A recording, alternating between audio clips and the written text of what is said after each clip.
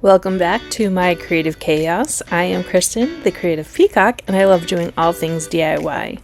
In this episode, I'm going to talk about my doors. Now, I saw this thing on social media that said if you have this style door, then you're poor. Not to mention, they're just builder grade doors. So I really wanted to replace them all, but I looked up how much it would be, and it was over $2,000 for all the doors. So I went back to square one and I decided that I was going to rip off all the peeling paint and paint some of them. It seems like a trend right now, so I was like, I can get on board with this. And of course I did my hallway in black, and then I only did the closet doors in the other rooms. So I did like a navy blue in my master and a pink in my daughter's room. Some of them were damaged, so I had to go in with a Bondo, but unfortunately, you just don't get that wood texture anymore when you go in with a Bondo. But I did use two different kinds, and I'll link them below because they work really well, but maybe just not for doors.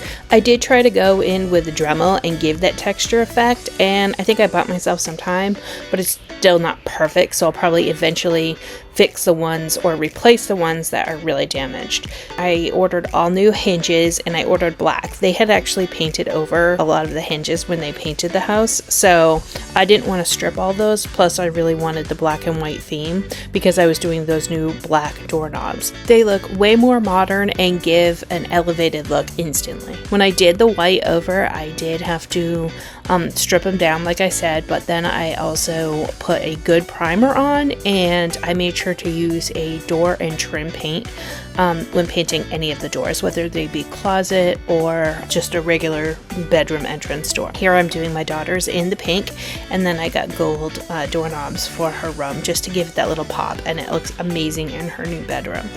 This is a really easy and simple upgrade to do to your doors, and the doorknobs really elevate the style. Don't forget to like and subscribe so you don't miss out on any of my crazy DIYs and follow along in my journey.